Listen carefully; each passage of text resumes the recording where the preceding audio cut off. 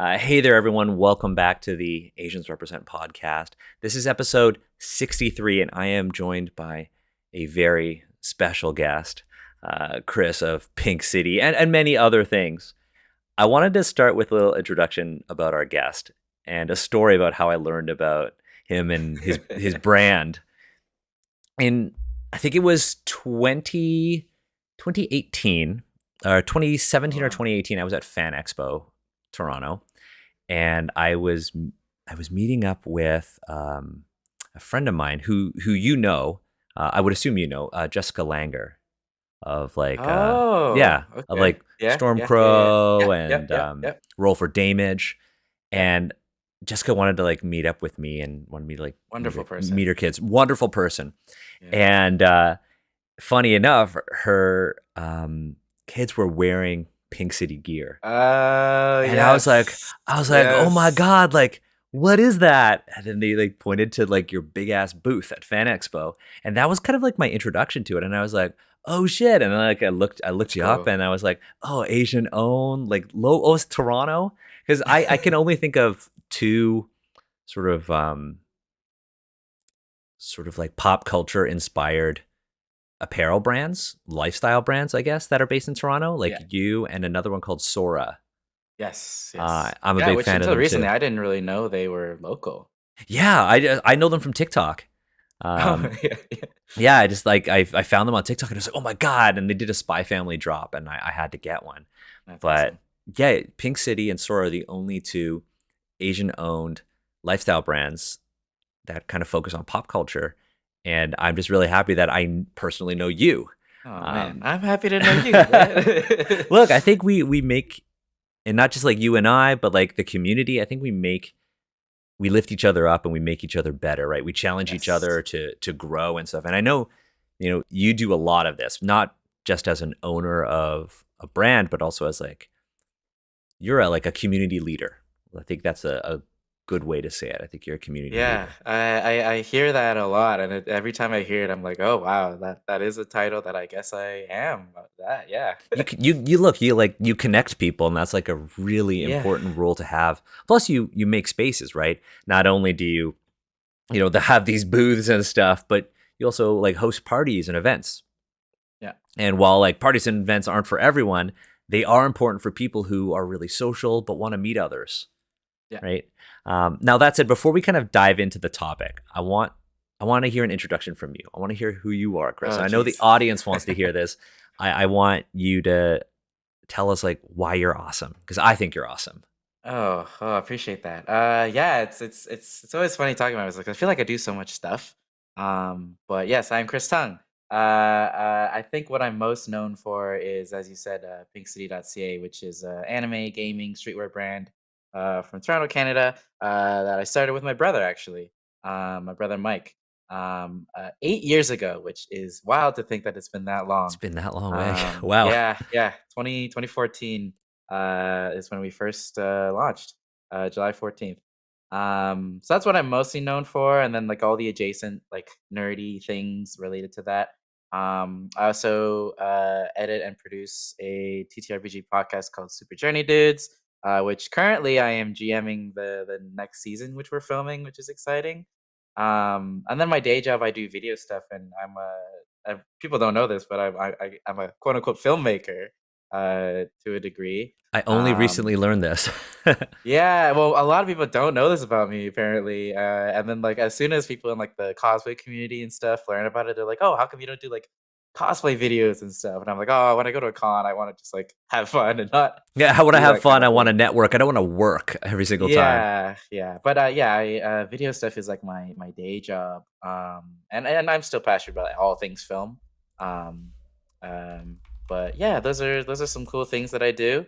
Very trying to get very involved in the tabletop community now Hmm. since 2019, and then pandemic. I've been leaning more into playing and GMing and doing that stuff and really storytelling, I Mm. think is what it comes down to. And I guess we'll talk about stories and how important they are. But I think at my core, I am a storyteller. You know, whether it's film or these Fashion. games, like fashion. Yeah, yeah. Every design is a story in itself. Um, Yeah, so I would say, yeah, storytelling is a thing that I Yeah, love to you're do. Chris Tung. You're a storyteller with many talents, and you tell stories through a lot of different mediums. But that is why you're here. You and I, we met in person for the first time at Fan Expo this year. You Yes. are, and I'll say this: you're the only person that I actively sought out to meet. I didn't like. I kind Oh, of wow. was. I was there to do like a live show, but I knew you were gonna be there, and I was like, I gotta meet Chris. Oh, what an honor. I gotta What an meet Chris. I'm honor. not even shitting you. Like I was like, it Not was hard to my find. Our booth not was hard to a find. pretty Yeah, big, yeah, pretty big presence. it was the con was really overwhelming for me. It was like a lot of people, but Yeah, especially the yeah. artist alley. And I was like, okay, Oh I'm gosh, just gonna yeah. be Chris. Literally after you and I like met a bit, I still regret not taking a photo with you. I know. I As soon as you literally left, I went was to like, like find quiet space and I was like, oh my God. I was like, this is too much. There are too many people here. And yeah. I got trapped, like try in a crowd trying to get to an escalator. It was Oh, like it I was heard it awful. was what it, you came in on the Saturday, right? I That came was on like the I Saturday. heard yeah, that was the worst day I heard. I didn't really leave my booth, but like for that reason. But I heard trying to get anywhere that Oh, day was impossible. it was rough, and I had to like get to a quiet place to also do a meeting because I did I was on Zoom doing a meeting for like Motherlands RPG while at Fan Expo Yeah, because I was like I can't bail on this meeting, so I like found a chair, sat in the corner by a bathroom, and was doing a Zoom meeting on my phone. gosh. But How did you even get like reception? I work really hard, but Yeah. I was just really happy that we got to connect and kind of that you agreed to do this episode because you're right. Like stories are super important. In prepping for this, I was kind of asking myself questions that like this is a big deviation from our usual content. Normally people come and they're like, "Oh, we talk about tabletop RPGs or issues that are like directly related to tabletop RPGs." But we never talk about deeply personal things. Sometimes they emerge in Mhm. conversations, like when we talk about, racism and like the model minority myth. But we never really talk about our families. But in prepping for this, and actually in like watching a short film that you had sent me that you had made in university, Mm, it really got me thinking about, the importance of stories because, storytelling is it's a universal practice. Stories are meant to, entertain. I've told a lot of stories about my mishaps on this podcast. They're meant to yeah. inform, we talk about the lessons we've learned in real life. Stories are also meant to, pass on cultural values and traditions. As Asians, it's a big thing. Like storytelling Yeah. is a big part of growing up. And prior to kind of us starting the topic, you mentioned like I don't know about the legitimacy of these questions, but stories, whether or not they're legitimate or not, are meant to teach. They're meant to kind of bring cohesion to a community, right? I have an example of this like story, and it's interesting because in doing some research for this episode, the side of the family I thought I knew more about was actually the one I knew nothing about. Oh. And I don't know too much about my dad's side of the family, but one story always sticks out, and it's my my dad's younger sister. And I don't know if that's still the case, but when we were growing up, firmly believed that my brother could see spirits. Oh, Firmly believed that okay. my brother could see spirits and would tell this story about us being at a cottage. I never remember going to a cottage when we were young like that. But her waking up in the middle of the night, and I guess she described it as like seeing my brother standing on his bed and staring at like the upper corner of the ceiling and saying Okay. Terrifying, that yeah. he could see spirits. And apparently, Oh, like, she has the sight too, and was like, Jamie has the sight. Jamie can see spirits. And like my entire life, I was like, this is bullshit. But yeah. for What me, it does was Jamie like, think of this? I don't even think he remembers. I don't even Yeah. think he remembers. That's the interesting thing because, like, for me, it was like hearing that story very much reinforced the fact that, like, my dad's side of the family is very superstitious. My brother doesn't really care that much about learning our family's history, and there's like nothing on him for that. Um, he's very focused on like the now and the future. And for me, this kind of stuff is really important because informs the work that I do, whether it be like writing or, like consulting or even telling stories or having something interesting. Uh, for me, I telling, hearing about these family stories really drove in how much they've impacted my work. Um, I wanted to ask you before we kind of dive into like our work and our stories in our community. Yeah. I wanted to ask for your thoughts on sort of why stories are important. I kind of said, stories are important because, they kind of, they entertain, they inform, they kind of pass on tradition and belief. But I want to know if there's anything else that you would add to that. Like, why are stories important? Stories that our parents tell us, but also stories that like we tell. Yeah. I think what you've said about stories, like I agree with all of that. Like it is all those things and more. Uh, I think in particular with like, you know, if we're talking about the frame of like Asian stories and Yeah. stuff, and I think it is important for folks who don't see themselves represented uh in various medias or ways that they would like to be, seeing or hearing stories that they can relate to, that they can draw their own experiences from, uh, uh is very important, to just feel seen as well, Yeah, to absolutely. feel like you're not alone in the experiences that you experience in your life. I think many stories are very universal, um, which is why we have such like archetypal stories, throughout uh, humankind. Um, but I mean, they stand the test of time for reasons, right? Yeah. I think that's I think definitely a big you one. bring out a really good point there. Like, we're drawn to stories that we see ourselves reflected in, Yeah. right? When you mentioned Everything Everywhere All at Once. Oh my goodness. To Yeah. this day, probably now one of like my favorite films of all time. How Directed by big? Daniel Kwan. No big deal. Not me, Yeah, though. this guy right here.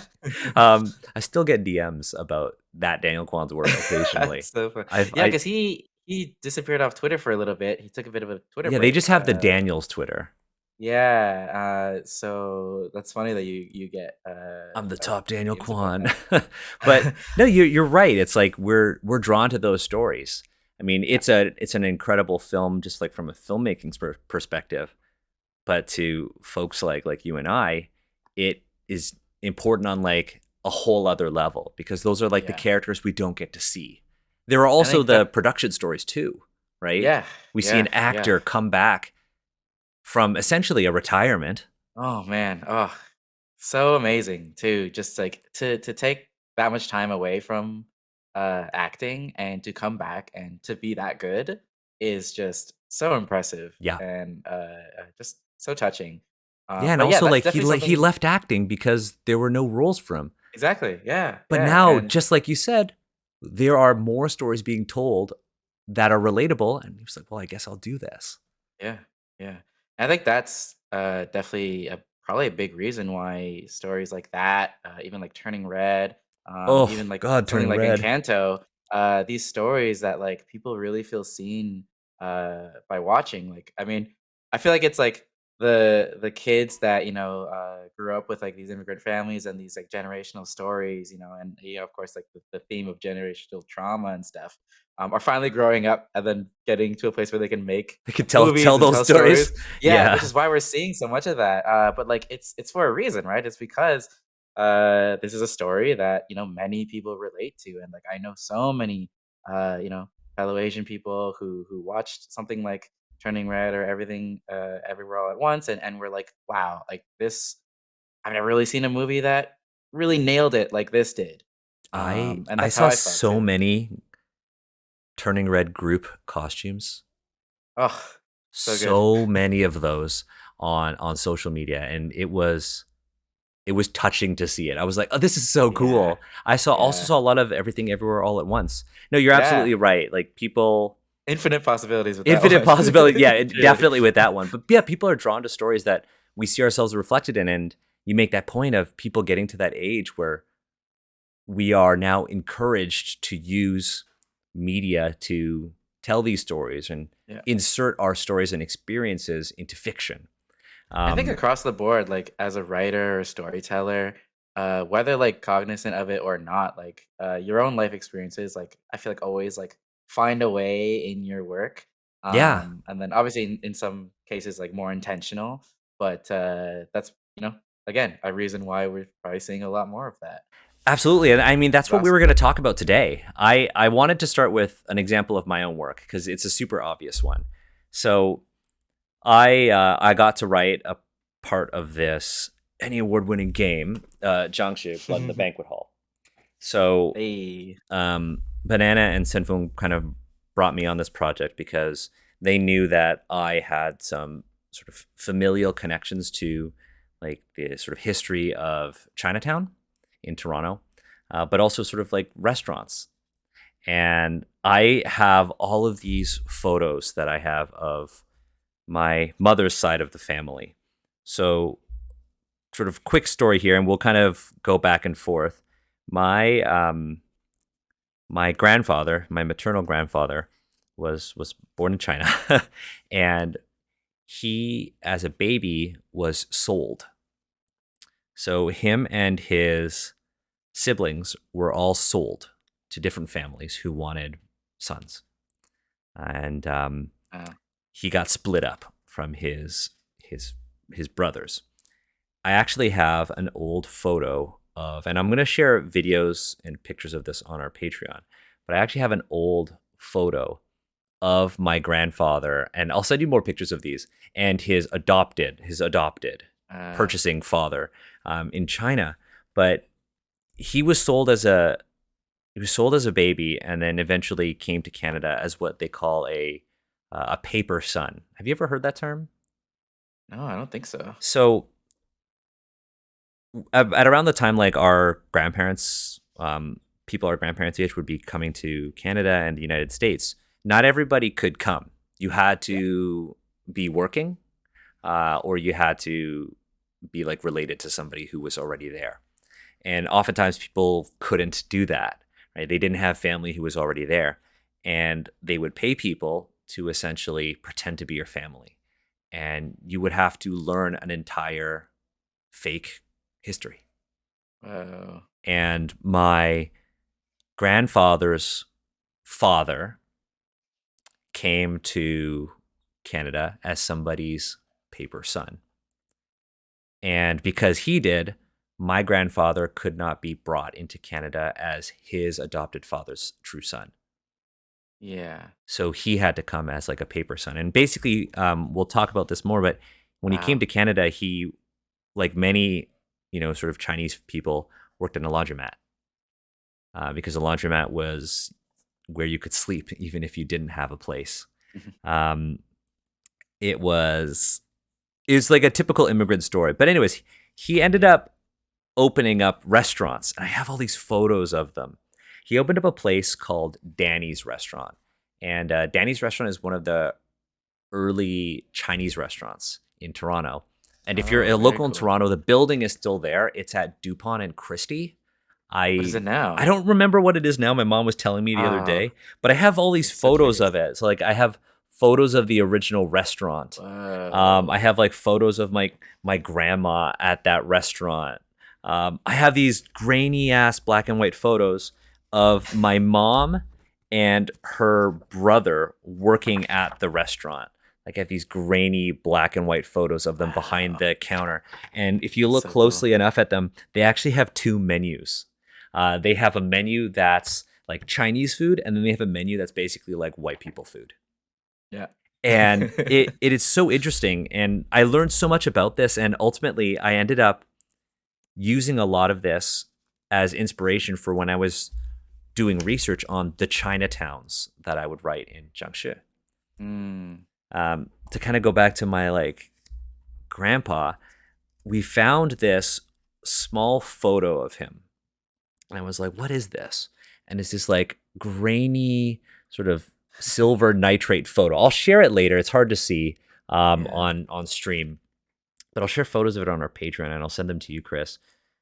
But I asked what it was, and my mom said that that was a photo of his biological brother, like his biological Whoa. brothers. and they were able to like reunite. And when I asked how, my mom told this story of this thing that my grandpa's family in China did, his adopted family. And they, I shit you not, they call it the hand.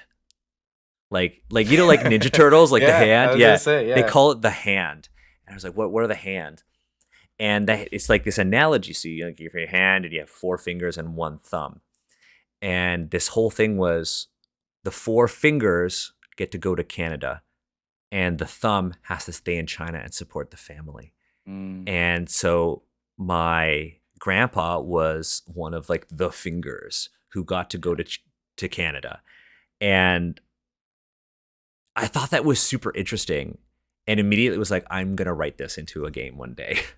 But I found this other photo, and he reunited. There are fewer people here, but he reunited with That's his brothers again. This is the one I shared with you, yeah, and that's awesome. I was like, what is this photo? Because it's my grandpa. He's older. It looks like he's in his 70s here. It's my grandpa with three other older Chinese dudes standing over a dirt mound. And I was like, what is this? And then I turn it over, and there's literally like a piece of paper taped to the back, and in ballpoint pen, it says, bro, nephew, younger bro, mother's grave. And Wow. I was like, this So is did powerful they shit. reunite in their like when they were much older, or They were is that reunited. So I guess they found each other when they were younger and then reunited. It would appear to be one last time with the I remaining see. sort of family when they Yeah. were older at their Wow. biological mother's grave. It's unmarked grave. Wow. Um, Wow. I have, interestingly enough, my mom found these charcoal drawings of my grandfather's birth parents. Like they are the Oh, wow. only images that we have of them. Wow. Are they good drawings? They're good. They're really good. They're Oh, really wow. good. I'm gonna try to take some That's photos so of them cool. tomorrow. Yeah, no, I'd love to see But those. they're really good. And so for me, it's like I've constantly worked to take my grandfather's sort of story, his journey of like owning restaurants, he owned like a pro Taiwan newspaper in like Toronto. Oh, He was wow.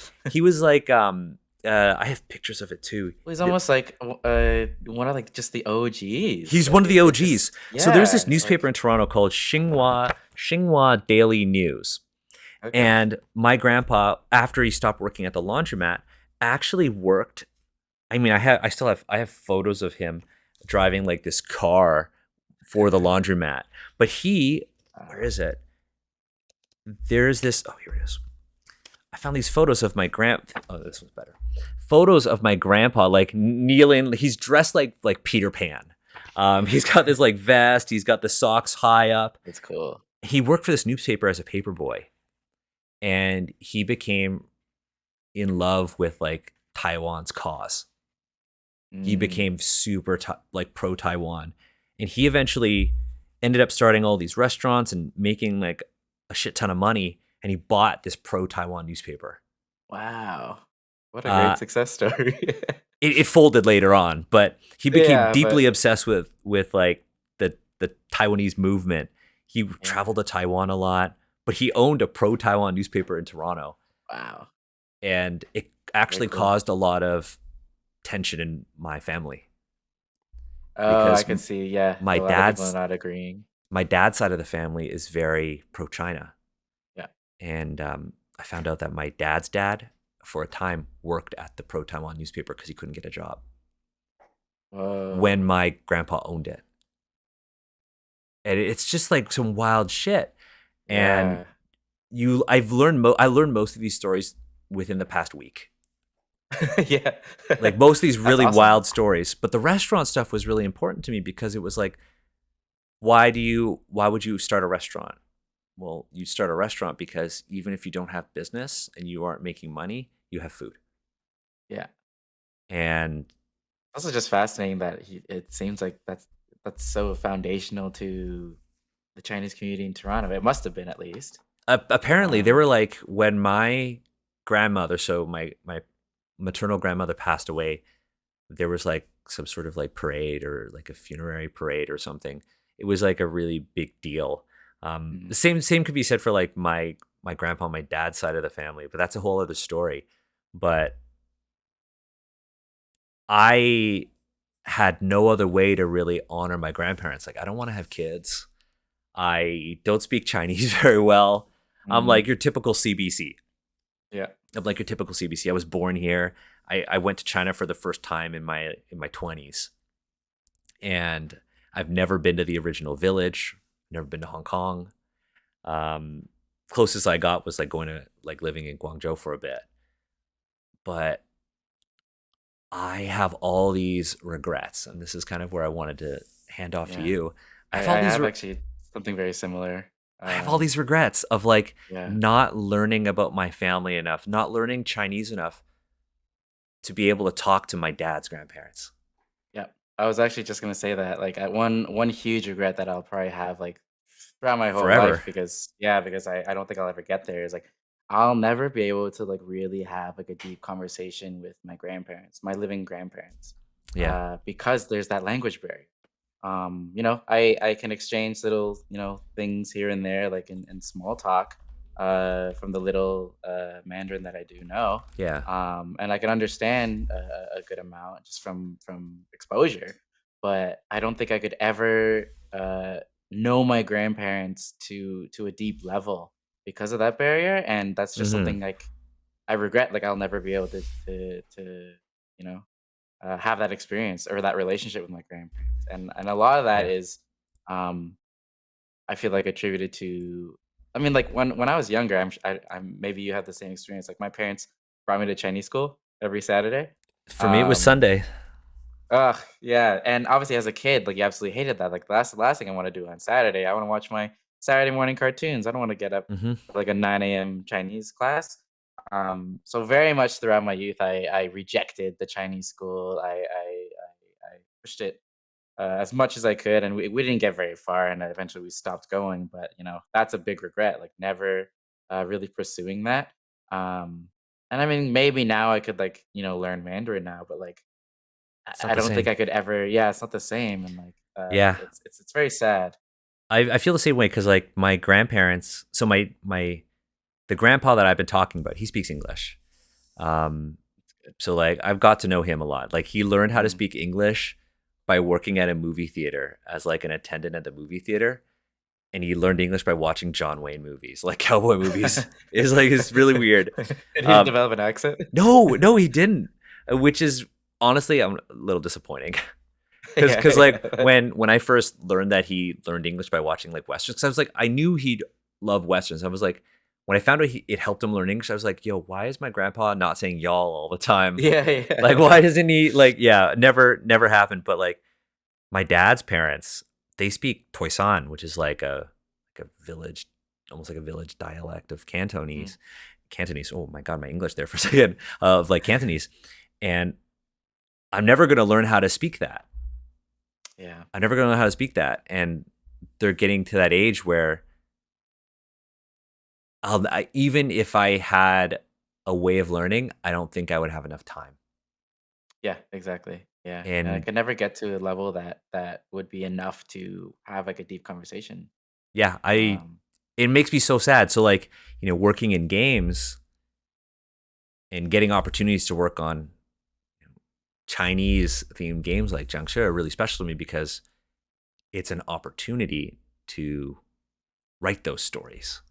It's an mhm, opportunity to like, even though I can't speak the language, pass on their stories to another generation, even through fiction. yeah. I feel like that's probably a shared experience with a lot of American-born Chinese or Canadian-born or anyone who had like immigrant parents Hmm.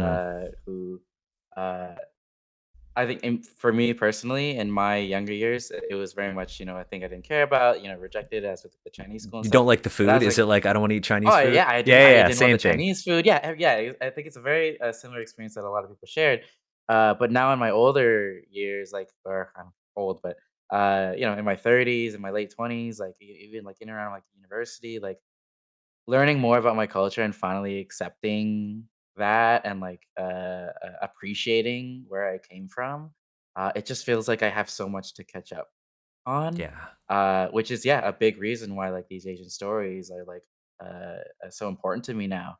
Why being on this podcast is so important to me now. Why movies like Turning Red are so important to me now. It's just like uh, I have a lot of catching up to do, and yeah, I feel like a lot of people shared that sentiment. I think there was like I mean I don't know about you, but I grew up in very white environments. Me too. Um, yeah, I my from like I think kindergarten to grade 4, I was in Oakville. So if anyone who's Oh familiar with yeah. that, it's like a very white, very like bougie, like bubble essentially, Roncesvalles, suburb High of LA. Park. Yeah, so I think I internalized a lot of what other people thought about me. So like there was very much that like self-hate to a degree. You Hmm. know, I rejected Chinese school. I didn't like the food. All that kind of thing. Which looking back, it's just like that's awful. But as a kid, like I'm kind of very influenced by my surroundings. And then I went on to go to De La Salle, which if you're So around that's a Toronto, you it's a also know private school. it's a private Catholic school, which is Yeah, mostly like Italian in folks also a from really the white village. area. Yes, in a very white area. So I was very much throughout my life surrounded by white people who, treated me different, looked at me different, and I internalized a lot of that. And it's funny that we were talking about like how uh, our life experiences influence our work. Because just last week, I was in like a stream for Going Critical, their channel, Monster Hearts 2 game. Hmm. We played a Monster Hearts 2 game, and my character sorry if this is like a bit of a tangent, but No, no, my no. character had like a Fey background, and I wanted to explore that like internalize like self-hate or like self-esteem and like all that stuff that I felt when I was younger with this character in a one shot. So but it was very like surface level, but the character ended up being someone who had a Fey background, but because of his upbringing, because of like the people he was surrounded with, he grew up to be a very like toxically masculine like jock character. And I don't know if you know Yeah, like Monster Hearts is very like that yeah, yeah, high school romance game. Um who was very ashamed of his Fey roots because, the Fey realm or whatever is very much the opposite of like, big, strong, tough jock. And thus he kind of when he was in high school, uh, kind of lashed out and took that out on people in the way of bullying, where he kind of targeted people who were a little more looking like that or behaving like that. And then so the one shot itself was like a 10-year later reunion. So I wanted to explore the story of like someone who learned from that, grew from that, and is now older, revisiting and having to confront people who he treated very poorly when he was younger because of all this internalized like self hate and stuff. And obviously, my personal experience, I never got to like that exaggerated yeah, level, yeah, but it definitely informed like how I conducted myself, like how I lived, how I rejected a lot of the stuff in my culture back then when I was younger. So it's really nice to like and almost cathartic to play a character like that. But that was an example of that kind of story coming out through my work very yeah, recently, just last week. yeah. Absolutely. I've Um, got I've got a project on the horizon. I can't talk about it yet, but it involves. I could say that it involves like at least the stuff that I did, like Chinese restaurants, and I actually wrote one of like my grandfather's last Chinese restaurant into it, and I sent the editor a photo of it. I was like, I want this in there. Um, oh, I also named one of the legacy. main I also named the two of the main Chinese characters in it after my grandfather and grandmother, and kind of really put their stories in it.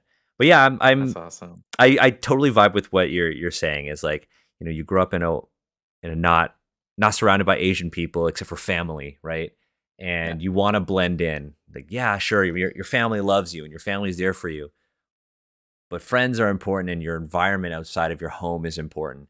And when you don't fit in, you you don't understand why you don't fit in, you kind of Hmm. take steps to do that, right? You take steps to Yeah. kind of shed yourself of the things you can't change your appearance. You could change the clothes that you wear. You could change the food you eat. Like I don't want to eat, I want to eat white people food, right? Yeah, yeah, yeah. But The term that I always said when I was younger, like I was like, I'm a very whitewashed. Like that's me the too. It was The term, I'm a right? banana, yellow on the outside, white on the inside, Yes. right? Yeah, That's like exactly. a And, like, really even, like, common it got thing. to it got to points where, like, even, like, in school or high school, like, these white kids would, like, do Asian jokes and stuff, and I would go along with it, I'd laugh with it. That would be funny to me, and, like, looking back, I'm like, "Wow, that's not cool of me." Right? You wanna feel like, you wanna feel better than, like, the other fobs. Like, that was, like, a Yeah, big thing yeah. Oh, yeah, when we were yeah. younger, right? It was just like, I'm one of the cool Asians because like, my English Yes. is good and, like, I'm Yeah. friends with the white kids. Yeah, yeah, yeah, and Yeah. these other Asians who, like, are fobs fresh off the boat, it's like, "Oh, they're Yeah. so, like, uncool, I'm Exactly. not hanging out with them." Yeah, I think a shared experience with a lot of people, A who grew up in the definitely a Asian shared scene. experience. It Yeah, was you kind of embrace this sort of you internalize that racism and you embrace that toxicity mhm, to survive in a way in an environment where it isn't really necessary in many ways. yeah. Now, But out also, yeah, at the end of the day, it also a big learning experience too, right? Like, having learned from that and, like, grown from that and looking back, like, seeing how that was damaging, uh has a positive, reflection on, like, what I can do now to, like, address that, be better now, yeah, and and stuff like that, that's right? actually where I wanted to ask you a question because you and I clearly both have a lot of regrets over not embracing our culture, not embracing the lessons our families want to tell us, and we're kind of making up for lost time. And I think that one of the ways in which you're making up for lost time is kind of being your most authentic self with your brand. And I want to know Yeah. about Pink City because, like I did some deep dives. Like I looked at your brother. You and your brother are like, you're close. You're close. You appear to be closer than my brother and I, but yet you're so different. Yeah, I think we share a very rare relationship. Just seeing like other people and how they interact with their siblings. Like we're actually less than a year apart in age. We're Irish twins, as they call it. Hmm. For 12 days we're the same age. Mostly because I was unplanned, but yeah, a mistake or a miracle, however you want to contextualize that. But I think because of that, we had a lot of the same friends, we had a lot of the same interests. So in a lot of ways, we are very similar. But I'm definitely more of like, You're the the artistic creative. route, creative, whereas he is kind of more numbers, logistics, and his kind of career path. He actually just graduated for naturopathic medicine, I saw that. and he's going to be a naturopathic doctor. Whereas I very much went down the artistic route, filmmaking, storytelling, fashion. Um, uh, but yeah, we do share a very close relationship, which I've seen that like a lot of siblings don't have. Um, but it's been really nice. It's a very rare relationship that I wouldn't trade for the world. Yeah, and you and And you it and you co-own Pink City. Yeah, yeah. So we've always wanted to start or like do some like a project together. Hmm. And then Pink City ended up being that back in 2014. If you want to hear the origin I story, it's do. actually That's what kind I of wanna a hear. Like, I wanna know, like, what's with the name? Like, how yeah. because I see your bro I creeping your social media and stuff, like, I can see, like, you and your brother are clearly close. Like, it's Yeah. something I'm envious of. I'm not that close with my brother. We have, like, common interests, but I'm like you. I'm the brother who's kind of like, I've got all these regrets from childhood, and I really wanna embrace my culture and embrace, like, my true self, and this is who my true self is. But and my brother is also being his truest self, but in that we kind of as we grow older kind of split. But You I just want have to the one sibling? I just have the one sibling, yes, a younger Okay. brother. Yeah. Yeah. And kind of like your brother, he kind of is more the traditional route, right? Mm-hmm. Um, Mm-hmm. but I want to know like where My Pink City came from. Yeah, so we've always, thought about, doing a project together, in passing, like never a serious conversation about it. Hmm. And the actual like legitimate spark was back in 2014, I think February of that year. We ordered like clothes from an online store, and we got it in the mail, and like the sizing was kind of weird. The coloring was a little off than what we saw online, and like just like in like a casual conversation, we were just like, "Oh man, like we could totally do better than this. Like this is crap." Our dad happened to be in the room at the time, and my dad, so many fascinating things about him, but he's also been very entrepreneurial. For as long as he's been in Canada, he's always like had like these little entrepreneurial stints. Like he imported clothes for a time. He back when there's a scooter craze, he sold scooters. Like he would have these little entrepreneurial things. So their entrepreneurship ship is like very much You got the ingrained in my spirit. family. Yeah, and so like happened to be in the room at the time. So when we were like talking about like, oh, we could totally do better, he was just like, why don't you try? And we were like, wait, that's actually interesting. Like, why don't we try that? And yeah, like me and my brother have always been very interested in fashion. Like back in the day, like I love like graphic tees, and we would have like cool ideas and stuff, but never anything that came into fruition. But that conversation kind of led to us doing a bit of research, looking into it, seeing what we could do to like make this a reality. And this was February of that year. We only did a couple months of research, and we launched in July of that same year. That's so So we were quick. really, yeah, we were really winging it. Like we didn't know how prepared we needed to be, how much we need to know. And we at the time thought we could have the helping hand of our dad, who was very knowledgeable in business stuff, at least more than anyone that we knew. And he had experience with clothes. He had like imported stuff for like Zellers back in the day, which is Oh, a that's wow. name that you probably haven't heard in a long time. Yeah. Um, but it turns out that he actually was in China the entire time that we were planning this. So we actually had no direct help from him. So we actually, which ended up being a blessing because we ended up doing all of the work ourselves. And we ended up launching it just a couple months later. And uh, things hit, things missed, but eventually things picked up in our like second year, and then that became the Pink City that you know today. So And the where does name the name come from? so the name is funny because it doesn't really seem to have anything to do with anime or gaming or Yeah, it streetwear. doesn't. And it's because like it first started out. Actually, one of the shirts that I'm wearing is one of the first designs that we ever made. Yo, that's sick. It's a bunch of red pockets like stacked Yeah, it's on all each the other, and envelopes. yeah, it's on the envelopes. That was one of the, if not the first thing I ever designed. Um, and a couple of designs were like Chinese influenced. Um, because we just wanted to wear like we just wanted to be like a streetwear brand back then. Yeah. And so that's why kind of the name Pink City didn't really come from a nerdy spot. But the origin is when thinking of a name, um, we were just like, I don't know, bouncing a bunch of ideas back and forth. And then our dad suggested, like, hey, why don't you use Pink City? Because he actually had the domain for Pink City. What? He still owned it because way back in the day when we were like wee lads, our dad, one of his little like Was he entrepreneurial just like buying up attempts. domains trying to sell them? No, so he tried to start something called Pink City, which was essentially before Yelp existed. It was essentially Yelp, but for the Chinese community. So it's like how Chinese people within Toronto could find restaurants, could find whatever like entertainment on like a website. And he tried putting something together, and he had the domain, but like it didn't really pick up. And something like that, you really need like a community behind it You for it do. to work, right? So it kind of like flunked. And the name, like when he suggested that to be our domain, we were like, Pink City, that's kind of cool. It's kind of like, and like we imagined It's like mysterious. Vice City, like Grand Yeah. Theft Auto, like the neon Mhm. sign, where it was like the hot pink over black, and it was kind of like we wanted to the vibe of our clothing company. We wanted to be like something that stood out amongst like things that were a little more boring. So that was like the neon pink sign over black.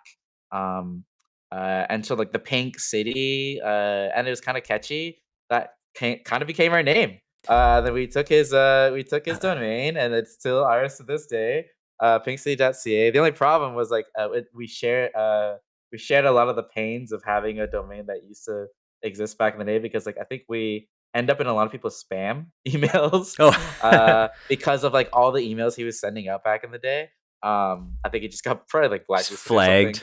Yeah, flagged as something bad, but that's why we have the domain. That's why we have the name, and it's stuck to this day. And yeah, in a weird way, it still uh, represents our brand pretty well, I think. That that is better than I thought. I had What a weird origin story, right? I had it's one of the things that I've been most curious about because if you Yeah, like yeah. I have A tried lot of people are because they're like, "Where?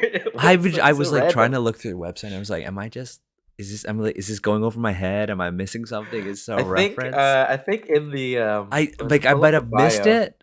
no, in the bio, it's like a very poetic way of how I communicated the story that I just told you. In the fleeting shimmer of a fading dream, Pink City was brought to life. That quote at the very beginning of Yeah, our yeah, bio, yeah. that is referencing like also like on top of all of the like the logistics stuff about the website and stuff. It was also cool to have known that our dad failed with this Pink City he tried to make. And it was like the idea of like us as his sons Succeeding taking with Pink something that City. yeah, taking something that he didn't really Fuck. find success Yeah. in and injecting new life into it and trying to make something out of it. And that was really cool to us. And I was like, we were like we'd love to take this name and like turn it into something, like turn it into like this successful Pink City thing that you tried to make. So that poetic line in the fleeting shimmer of a fading dream, Pink That's City was what you brought to life. mean. That's what is a yeah. No actual details within that, but yeah, that's I mean, in the bio, there's like the father abandoned the endeavor and his two Yeah. sons, Chris and Mike. Like little things here and there kind of reference it, but that's the actual But it's not story. like my dad tried to make Asian Yelp Yeah, and exactly. and failed, but kept the domain. Yeah, for So many years, to honor because our dad and his attempt, Pink City lives on and succeeds yeah. through fashion.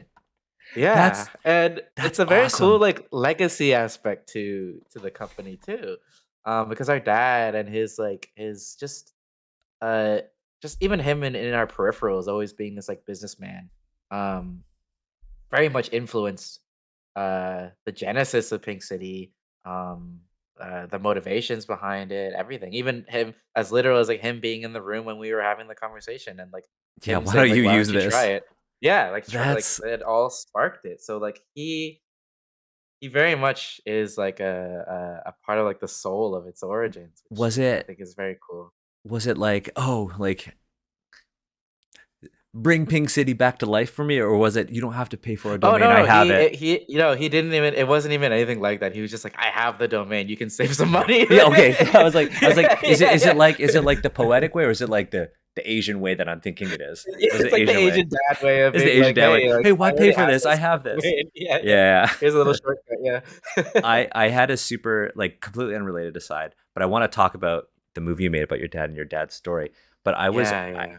I work from home, but the company I work for, we have like an office downtown, and I went to work at the office last week, and one of my coworkers is white, and you have to be in Toronto to know this, but like she's white, she's eating food out of like a reusable plastic container, and I look at it and I see it's a Kanji Queen container, and I'm just like in my Oh. mind I'm like. Yo, I haven't met a lot of these people in real life. I'm like, don't freak out because one of your white coworkers has takeout Chinese food containers from a Oh my restaurant you like. goodness. Oh, But like, Kanji queen.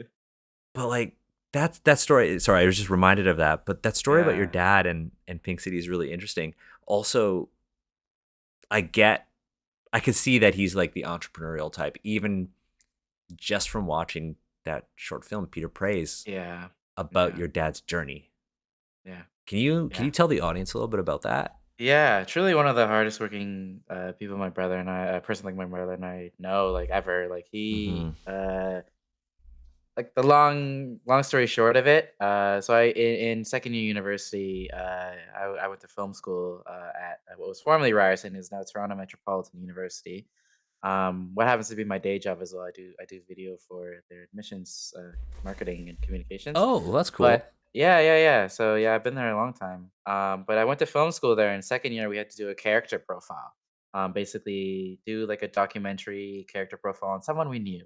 And obviously, the first person that came to mind was my dad because of all the interesting things about him. And I hadn't known about his full story until my older years. Until I think I was like late teens, maybe early Yeah, 20s. He kind of sat us down at dinner and like told us. But I hadn't known. But he essentially his story, which communicated in this short little 2-minute film, which was a very condensed version of it. It's on YouTube if you want to search up Peter I'll link it Praise. in the show Um, notes. Yeah, and it's shot on 60 millimeter film too, which is I could another cool tell, thing yeah. about it. Yeah, very neat. Essentially, he when his parents divorced, all of his siblings kind of went with my grandma to Hong Kong, and my brother stayed with my grandpa, who uh, uh, had to stay in China. And he apparently was a pretty well off person within, I think, the village or wherever they lived. He owned like a factory. I think it was like a rubber shoe factory or something. But when communist China happened and like the communists came, they kind of took everything away. The factory was shut down, and they were kind of left with nothing. And my dad actually had to get sent to a camp to just do like just awful labor, just Labor. like shitty labor for many years. And in the short, he kind of says like he was like malnourished at the time, which is why he believes he's so short. um, he's like 5 feet something, like barely over 5 feet. Um, and for many years, he kept applying and applying to get out of there, to join the rest of his family in Hong Kong. And finally, one day, he randomly got approved. And so essentially had to get smuggled via a snakehead in the black of night on a little boat to Hong Kong. And it was a very, very scary experience, but he made it. What I didn't include in the uh, little documentary short because I think it was too long and I had to cut it out. When he got there, he actually had like nothing. He had like 10 bucks in his pocket and like not nowhere to sleep. And he just so happened to run into his mom just on the street randomly, who found him, who Just also just recognized him after many years of like that's not seeing fate. him. That's Yeah, fate. yeah. And so all of these like little miracles throughout that journey. So it's just some context. My dad is a very devout Catholic, which is why I grew up in Catholic schools, which I grew up in like a private Catholic school. It was very much a part of my upbringing. Even though I no longer really practice any of that, my dad throughout his life has always been very devout. And it's because his grandma was religious, and Mm. throughout this entire journey, she was like praying and praying to God and being like, if you can get my son, or sorry, my grandson over here safely, like I promise he'll be like, a good Catholic and blah blah blah. And like my dad, you know, experiencing all these things that could have gone wrong at any point, Very much so, yeah. finally getting there, truly believe that he lived through like miracles, was baptized like the next week, um, and has been like a devout uh Catholic ever since. Wow. And I really thought that story was very interesting, not only just like his origins as like why, because I've always wondered why he was like so devout to God, Mm. um, and also his like uh, the smuggling story Yeah, was the also fact that he was smuggled. yeah, it was also so fascinating. And so the short film kind of was combining the two, Right. which is why like it was very cool. If you notice the music in that film, I got a composer to combine like church music, like orchestral church music, with traditional Chinese music. So like you I'll hear have like the to I'll twangs have to of go like back. yeah, it's very cool. Like, I'm actually very happy with how the music turned out, but, that's kind of the vibe of that little short film. So, yeah, it's on the internet. It's something a story that I really wanted to tell, and he was also very passionate about telling it. He says that he'd love to write a book someday, but, his written English is so bad that he'll need Well, to have, someone you should to pen film it it for and him. then it can be transcribed. Yeah, yeah. Well, I need to find somewhere on a hard drive somewhere his entire like I think it was like an hour long where he kind of talks about it, like the uncondensed version of the story. Yeah. Um, but it is very fascinating. There's like a lot of little details about it that I couldn't include in the little film, but um, yeah, that story was it's just very it just spoke to me a lot. It's just very interesting, very just like to know my dad at that level and to know what he's gone through and like how that informs how he is and like how he parents us was just so fascinating. And so that short film is definitely something that remains and I think will always be very important to me. Wow. Yeah, Yeah. that it's a really good short film, and it's a super sort of powerful story, and it really reinforces the entire theme of this particular episode. And it's like familial stories have like a profound impact on the paths we take, right? If your Yeah. dad didn't have that entrepreneurial spirit, you wouldn't Yeah. be doing what you're doing now. Yeah. There, if it's, if like I wasn't super into, learning about my family and culture, I wouldn't have gone into archaeology. And then if I hadn't gone into Oh. archaeology, I wouldn't have, you know, probably wouldn't have worked in RPGs at all. And then I wouldn't have Yeah. Asians Represent wouldn't exist. It, my dad's story is not as intense as yours. It's interesting because he My was on dad's like story is something that, like, many but people it's have very common. experienced. Yeah, yeah, it's very common, My right? dad's story is actually the opposite of your dad's, because you know Yeah. how your dad was left behind. Oh, he was. My dad went to Hong Kong, Yes, yes, and okay. that causes a lot of like animosity with his siblings because my dad has two older Mm, sisters. My dad is the mhm. first son, and I am the first son of the first son. And when he was a baby, his parents, they went to Hong Kong and left the two older siblings in the village. They started like a jewelry shop and a family business in Hong Kong, eventually bringing over the two older siblings and then coming to Canada where they had another boy and another girl. So my dad's like one of five. Um, Yeah. but he didn't have any of that sort of intense, like it wasn't smuggled or anything like that. And it's interesting Yeah. because I know very little about my dad. I think my dad's one of the coolest people in the world. I really look up to my dad, and as I get older, I realize that I'm becoming more and more like him. Um, That's cool. and like in interests and stuff like that. Literally, like my dad and I, my dad was like, Daniel, I'm gonna get a lathe. And I'm like, oh, can we go make stuff? I'm like, it's weird because I wouldn't have been like that before. But Mm, I I know my dad is like I think my dad is really cool. Like my dad was an electrician. He worked at like he ended up working at like the Pickering A nuclear station, like here in Ontario, and he never went to university. He's the only sibling not to go to university, but he became the most successful of his siblings because he's got that like immigrant sort of like hard work mentality. mhm, mhm, My mhm. dad, his handwriting is so neat; it looks like typewriter writing. Oh, It's wow. weird, but I know all these like little tidbits about my dad, but I'd never really maybe had the courage to dive deeper. I know like funny stories about my dad getting into shenanigans in like, in Toronto when he grew up because my dad grew up in like Danforth. Oh, cool. I have like a story, like my dad told me this story about how he like when he would get in fights all the time and how he would bomb his bike down this hill and he hit this old white lady with his bike and he like she dragged him to jail or something and the cops were like, what are you doing?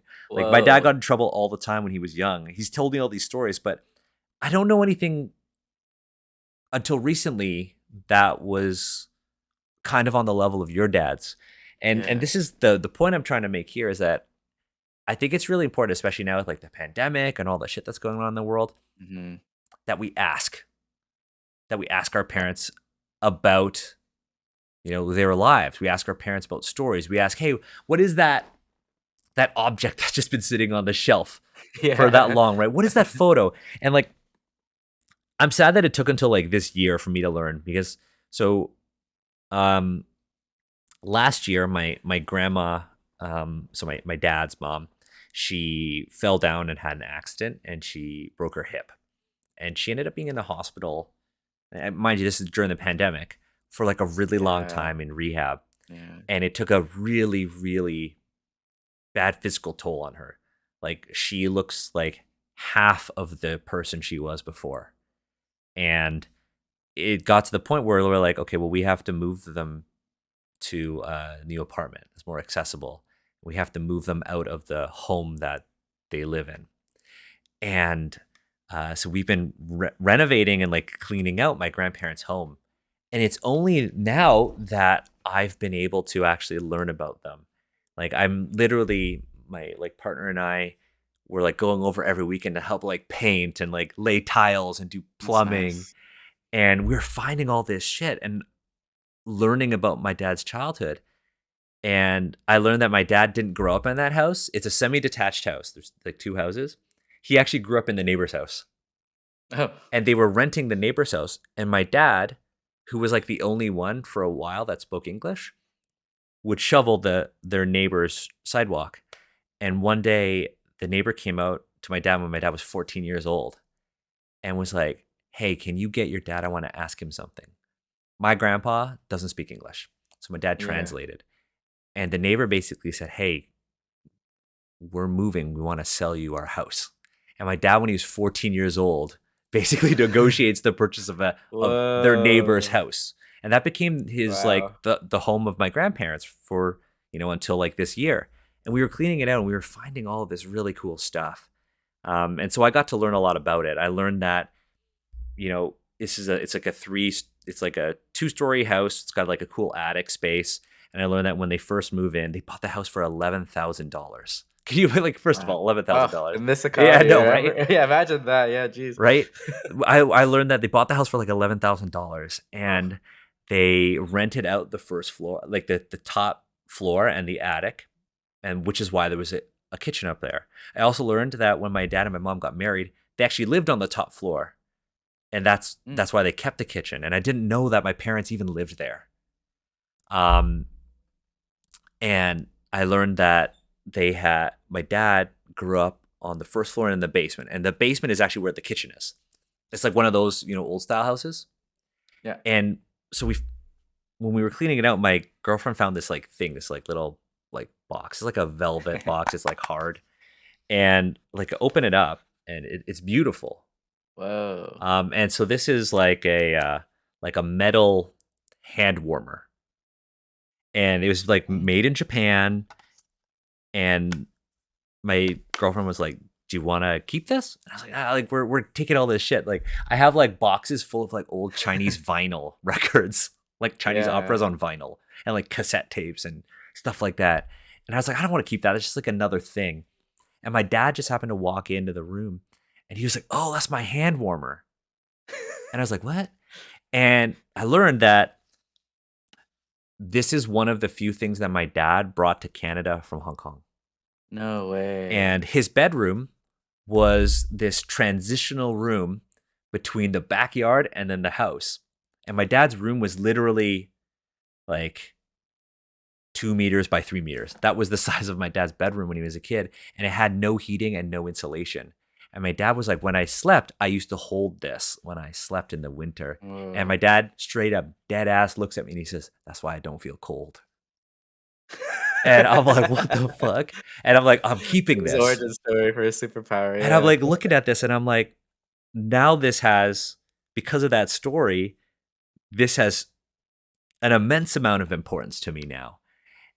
And I learned all like in repairing this house, I learned that my dad built the garage in the backyard when he was Oh, 15 wow. years old. Jeez. My dad built the garage, but it was an illegal garage because it only because my dad didn't know how to get a permit. And so he Yeah. asked the hardware store, "How do I build a garage without a permit?" And they said, "You build it with 3 walls." And so the garage only has Mm, 3 walls. Legally, it only has 3 walls. that's And my great. dad learned how to build it from this guy at the hardware store who only had 3 fingers on one hand. That's how my dad learned Oh, wow. carpentry, from a dude who's made all the mistakes.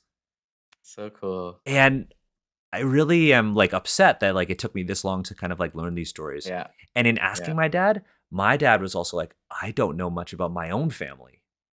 Because I Mhm. got all this like this stack of photos is just all like from my grandfather. Like I have photos of the old newspaper. I have photos of my grandfather looking like my grandfather looks like like Donnie Yen when he was young. Like I've got all these wild photos. Like this is a photo. This is like a photo from China of my Oh, yeah. grandmother, and that's her family. I don't know who these people are. Um, and it's and my dad, I can see him. My dad get was kind of filled with a little bit of regret because he was like, "I don't know much about my own Yeah, parents," and I was like, "You don't know about your dad?" And same sort of boat as me. yeah, yeah. And I was like, why don't you ask? Because I've been asking my dad stuff. And he's like, I'm too scared. And I've been really pushing him. I'm like, no, you got to ask because like it's getting to that point, right? Yeah. Like Yeah. how do we preserve these stories? How do we pass them on? That's why Yeah. I'm really happy to do this podcast because now I know that these stories, your story, there's some permanency to it now. Yeah, but also, yeah, it seems like this is like a recurring issue, I guess, It's a generational issue of like yeah, for people with rejecting the past. yeah, and like only now that we're older, we really appreciate these stories. Because again, same as you, I also don't really know too much about my dad except the little tidbits. And until he sat us down and told us that story, not that long ago, was when I learned his whole insane story. You know what Um, I learned? I learned that I have family in the Philippines. oh, I have I have family in the Philippines. Um, I learned this on my birthday last week. We were at my parents' house, and I was wow, getting all this so stuff. I recent. was asking my dad about stuff. I don't know how it came up. I don't know if my Sarah's can hear me, but I don't know how it came up. But apparently, and this is where like the legitimacy of stories like doesn't really matter or anything like that. Yeah, yeah, But yeah, yeah. apparently, my dad's is it my dad's uncle or his grandfather's. Okay, so my great grandfather in China, uh, basically was a successful entrepreneur, and he owned a bread factory in the Philippines, Right. and he would kind of split his time between China and being in the Philippines. Mm. And apparently, he had a secret wife in the Oh, Philippines wow. and a whole secret family there. And he was sending money back to China and supporting them here, all like on the Wow. side. But apparently, he sold the bread factory or something and moved back to China and completely abandoned his family in the Philippines. Oh, wow. And now this is where the story gets even wilder. And I don't know if this is true. Yeah. Apparently, his wife in the Philippines ordered a hit on him and had him murdered. What? And my dad was like, I don't know if that's true or not. I was like, I want to Whoa. believe that's true. Yeah, yeah, I want to believe yeah, that's true. I would love to, But yeah. apparently, she ordered a hit on my great grandfather, and my That's great grandfather that's is dead. wild. Like I have no way of verifying. I know he's dead, obviously, Mhm. because in the past. But like I know he's apparently he was murdered, or there was a hit put out on him Oh, wow. by his not even his ex-wife, his secret wife. Yeah. That's It's fucking wow. wild, right? What a story. Yeah, you It's can't make that stuff up. Or like, you can, but you like, can, wow. but like who would, right? Make it Yeah. cooler than a bread factory. Yeah, Um, that reminds me of another friend of mine who is half Asian, and I believe like on her Asian side, she was telling me um, that her uncle or something faked his death, and it was like what? another one of these wild stories where like yeah, he like faked his death. Everyone thought he was dead, and then years later he came back because he was like trying to avoid something. Then he reappeared, and just like what are these What's up? I'm weird like alive. stories that I've got another yeah one. Oh my god, you just reminded me because I everybody's got an uncle who's got a weird story, right?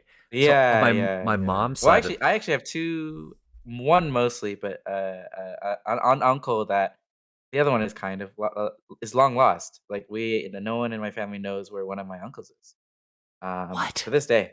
Yeah, I remember the last time I saw him was when, I was in, like, a transitional house between where I'm living now, Hmm. still in North York, but it was while this house was being built, and I remember him in the lobby of that, carrying out, like, a box of something, Right. and I think that was the last time I saw him, but, um, yeah, we have, like, a long lost uncle, which is also, like, a strange, bizarre thing. That's Um yeah, no wild. one knows where he is, and, like, I feel terribly for my cousin who, Yeah. hadn't seen her dad in many years. Um, apparently, there has been some action to, like, investigate, Right. I think via her, like, um, friends who were, like, like, the police force or something, and they actually tracked his, like, license plate to somewhere, but, like, she, like, didn't wanna, like, find out any further, like, she was just kinda Yeah. like, "I don't care to at this point," but what a strange Uh, Whoa. I think yeah, I was right? gonna say I have an uncle story, but it's not like that. My Just a missing uncle my somewhere. mom's so my mom's younger sister, her husband, so not a blood uncle, right? So my uncle, my mom's side of the family, we were at my maternal grandparents' house in Mississauga at the time. We were there for Christmas, and this was like well over a decade ago. He was he was telling us a story about how one of his I guess one of my uncle's siblings had had a baby or something, and her husband is Chinese, but the baby came out with red hair, Mm. and it was like, well, what's going on? Again, we were told it was red hair, but basically, the baby came out with like European like features, like in hair color. Mm. Um, there wasn't an affair, but apparently it was revealed that on my uncle, his side of the family, there was an affair up the line with a European dude in Oh. China. And then those Whoa. genes manifested in this kid Whoa. That's in like wild. So 2008. wow, so removed to It's just so wow. removed. And like I don't know like genetically how that works, but apparently there Yeah. was like a big I know it scandal. skips generations and shit or something like that, but yeah, that's wild. There was a scandal, and like it like shook my it shook my uncle. I remember him being like, Oh, I can imagine. I'm like Yeah. he was like, I can't believe it. And Yeah. it's wild when you learn those stories. Like my favorite one, and this is I have like it's an interesting one given the context of like the world right now. My grandpa was like super into like kung fu, like on my mom's side of the family. Like he's like he's not very mobile now, but the last time I saw him, I tell him I was like, yo, I'm like getting into wuxia now, and he was like literally sitting there and like because I have only ever talked to him through a window now, and he was just like whoa, whoa, whoa, in the window, Yeah. and That's like because they owned so many Chinese restaurants, my grandpa, some of the restaurants that they owned, not all of them were really successful, were in really rough neighborhoods. And my mm. grandpa would tell stories about how he would walk around with like nunchucks in his back pocket. Oh wow. And my grandma would told my brother this story about how, when they would be at the restaurant, like they see some racist shit, right? Yeah. Like, that generation, we don't, I don't, you know, our generation, we unlearn that shit. That it Yeah. ends with Yeah. our generation, right? Yeah. But Yeah. my grandma would tell the story about she was like, what are the most important things to have at the cash register at a restaurant? And I was like, I don't have money, like a tip jar, Yeah. well, like a lock for the register or what? And she's like, a rice bowl. I'm like, yeah, it's same face, right? I'm like, what? Why a rice Mm. bowl? And she's like, you fill the rice bowl with salt and pepper. So when people get like in your face or don't want to pay or are hassling you, you reach under the counter, like in the movies when they reach under the counter for the Oh my gun. god, like Except you pocket sand. pockets and you throw it at them. Yeah. That was like Pocket salt and that was pepper. apparently my grandma's thing. Literally at Oh. every restaurant they've owned, my grandma has always kept a rice, like a Chinese sort of like porcelain rice bowls. Mhm. She's kept Mhm. a rice bowl full of salt and pepper by the cash at every single Wow. restaurant they've owned. And it's like, I guess if it works, it works. if it works, it works. But it's like these little tidbits, and Yeah. It's I want to tell them to as many people as possible, and I want to yeah, take them into you're different media. yeah, you're right. It's such a shame that we only like now in our older as we're older like truly appreciating these stories and getting to know Yeah, cuz you're right. We really do need to ask cuz like they don't really have a platform to tell them unless you really ask. and I For think the also most to part at them least. though, like the stories are supposed to be passed on when you have grandkids and you spend time with them because you have grandkids. But Yeah, more and that's more, true. our generation, we're not having kids, Yeah. and so It's also like again going back to that big regret. It's just like how many of these insane interesting stories do my grandparents have that I'll never be able to really know because of that language barrier, right? Yeah.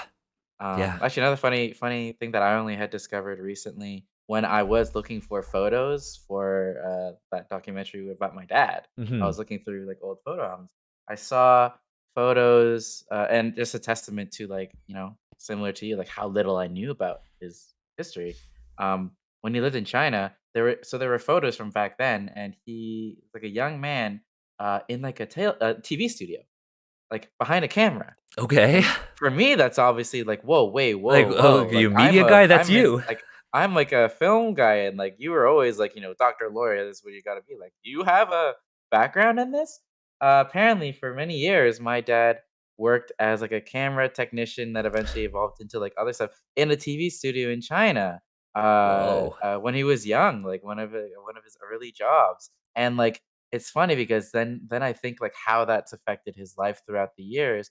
And I remember, like, as kids and throughout my life, my dad has always been the one taking the photos of the family. Yeah. He had the camcorder taking videos. Like, we have so many tapes of when we were younger. And that all probably stemmed from this experience of his life at this TV studio, which I knew nothing about. And I'm That's like, I'm in wild. film. And like you like I had no idea. Like you never thought to bring up that you actually worked at a TV studio when I was in film school. That's Like because that's totally it's something you could have so bonded wild. over. You could have bonded over that. Yeah, and he never really brought it up until I saw these photos of him, and he's like, "Oh yeah, I worked at I worked behind the camera," and I'm like there were photos actually in this photo album of like I wouldn't know them, but like Chinese celebrities that he took because Oh, they would shit. pass through the studio. I don't know the names of them, and if I could find this album again, like maybe these are like actually like famous people, but like Chinese celebrities, he took photos of them because he'd like they'd pass through the studio and he'd be like, "Want a photo taken?" Or for work, they would take photos. And he has like the hard copy of these photos in this photo album, and That's it's just like, dang, that's where like your life around cameras kind of started, I it's like guess. kind of how Um, there are parallels between your life and your dad's, like, yeah, and then it's just like now I'm like, oh my god, there's a lot more about me that is similar to my dad that I had no idea about now too, right? Pink City. Um, yeah, Pink yeah, City. it's like I would never have known this stuff if it just didn't come up, and it's just like, what are all these little gems that are hiding within within these generations of Yeah, and how do they manifest in our life? Because I mean, I think it's yeah, very clear for you. It's that entrepreneurial spirit. It's the Pink City. It's the and I think the one thing that I think is very clear with you is being your most authentic self.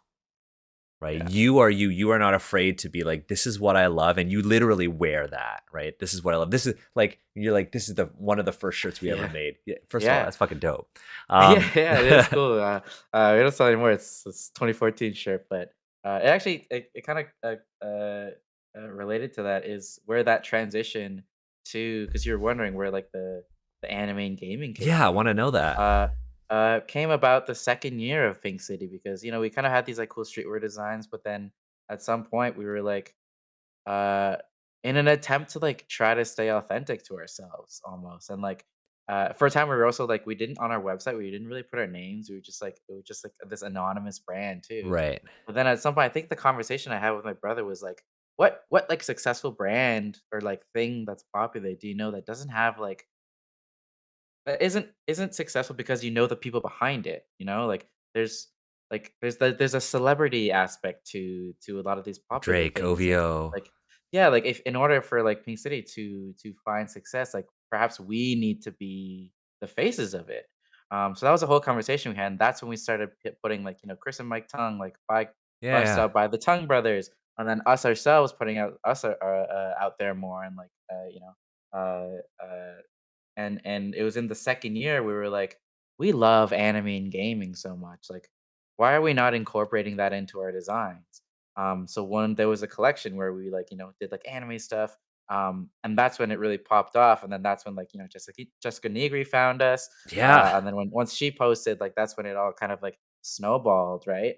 Um, and that was a result of us being like, "We need to be authentic to what we are and, like, our interests," and, like, yeah, maybe when we were younger, we were a little ashamed of this, like, nerdy side of us that we kinda kept hidden that, like, guilty pleasures, playing video games and stuff.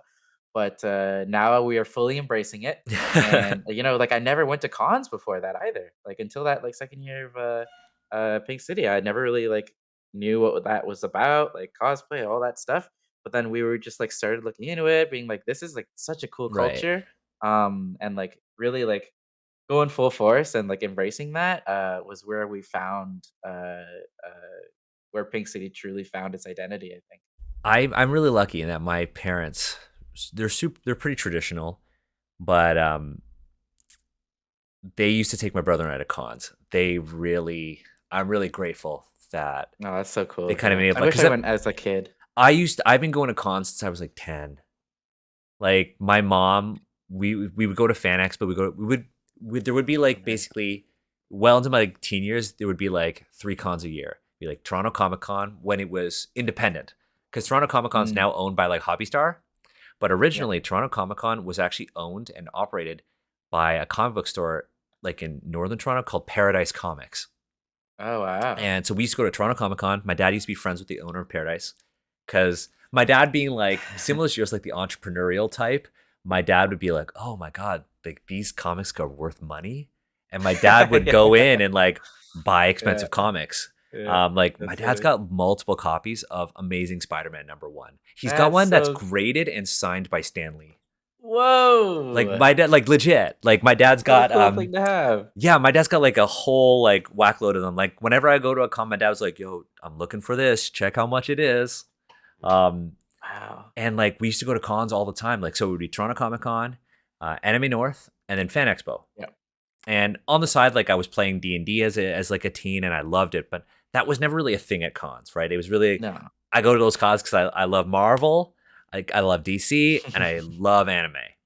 Yeah. And my mom, back when like Artist Alley wasn't as big of a thing, my mom used to bring this like a cooler, and she would have like juice boxes in it and like peanut butter and like Oh, jam that's cool. sandwiches, and she would pass them out to like all the comic book artists. Oh, that's so And cool. yeah, we used to go to all these cons. My Oh, that's an my awesome we experience. went, there was the last, I think the last fan expo my mom went to with my brother and I, we all met. We met two really prominent like Asians working in comics. Jim Lee. Most people like Mhm. know Jim Lee. He's like huge, like Yeah. big exec Yeah. at DC now. But at the time, he was just like Jim Lee, the artist. And met Jim Lee, and I remember him being so nice to my mom. And then my mom randomly met this artist named Frank Cho. I don't know if you know who Frank Cho is. Is that the one who does Chew? No. No, no, no. No. Frank Cho is like really famous for he was like a nurse. I'm trying to think Okay. of what his most famous sort of work would be. He's It he's sounds known familiar to me, for but there was this series called Liberty Meadows that he did, and he's really known for like drawing busty women. okay. But he was like one of the few sort of like Asians at the time, and he's done work for like Marvel and like the big houses. And he's Korean, and he's at the time was really, he wasn't known for doing sketches for people. But my mom, I guess my brother and I were out doing stuff at the con. My mom was like wandering around, and she ran into this Asian guy who she didn't really know, but he was like doing art, and she asked him without knowing who he was, "Oh, can you do a sketch for my son?" And he did a sketch for her, Oh, that's and cool. apparently this like caused a scene, and people were like, "Oh my god, Frank Cho did a thing for her." And I remember my mom coming back and being like, "Oh, I got this thing," and I was like, "What?" But my parents were like really supportive of that when we were younger. That's I awesome. don't think they understand why I still go to them now, but Yeah. back then I think they were really, Yeah. I'm really grateful that they were supportive of that. My parents even played D&D. Oh, that's Yeah, awesome. I got my Yeah, parents to I play would love D&D. to run a D&D game for them someday, but I don't know if they could ever get into it. I I I'll say this, like I had the same line of thinking, but with the pandemic and all this random like Mhm. this awful shit going on in the world, my thing, and not to you, but like to everyone who's also thinking like, "Oh, I wish my family would try this thing that I love, or I wish my family would take the time to learn about my hobby." My thing is always like, have you asked? Like, Mhm. why not? And at the start of the pandemic when we were all on lockdown, like we both live in Toronto. It was like really intense here, right? Yeah. Yeah. I don't live with my parents, but I was basically buying groceries for my parents and my brother. And we all live in like three separate homes, and we weren't really connecting as much. So I was like, hey, here's an excuse for us to hang out. We're gonna play D and Yeah. D, Nice. and we played. I think you had mentioned this in one of your Yeah, I mentioned podcasts. this Yeah, like very cool. on a podcast a while back, but we played like an 8 to 10 session campaign. Oh, wow. And like Oh, that's awesome. my mom straight up was like, I'm gonna be a cleric, and instead of like healing, can I do like, um, can I make kanji? And my mom was like, oh, I make kanji, and then like I use goji berries. So I'm really into like TCM and stuff. I And my love mom that. was like, I was like, yes, of course. And my I dad is of love course like, that. my dad was a barbarian, and my dad's like, they're going in and they're trying to talk. My dad's like, I fucking kill this guy. Like my dad is the player who just I attack. Yeah, And my yeah. brother is the rogue, and my brother's like, I'm just gonna do the opposite of what everybody else wants to do. I I had the D&D experience. I had the quintessential D&D That's experience with my awesome. family. I would love that. Yeah, I've mentioned it. They never seem too interested, but I feel like if I found a simpler system, to just kind of ease into like a tabletop RPG experience, Yeah. I would totally try that. Like maybe like Honey Heist or something. Something that's like very Honey easy. Heist or honestly even a board game. Like even like a fantasy Yeah, board game. we actually do. Yeah, we've done like board Like games like like a narrative one, like Catan. if you did Yeah, something yeah, simple not like Hero Quest or anything okay. like that, that's like that sort of gateway to D&D. Yeah. Yeah, because they do enjoy playing board games, like, we've done Catan nights and, like, Oh, okay. yeah, and during the pandemic, we tried Pandemic, but, like, we That's too lost. real. Yeah, it's too real. That's too real. Um, but, yeah, something I would definitely love to do, in the future. Well, Yeah, I perhaps one day, mean, yeah.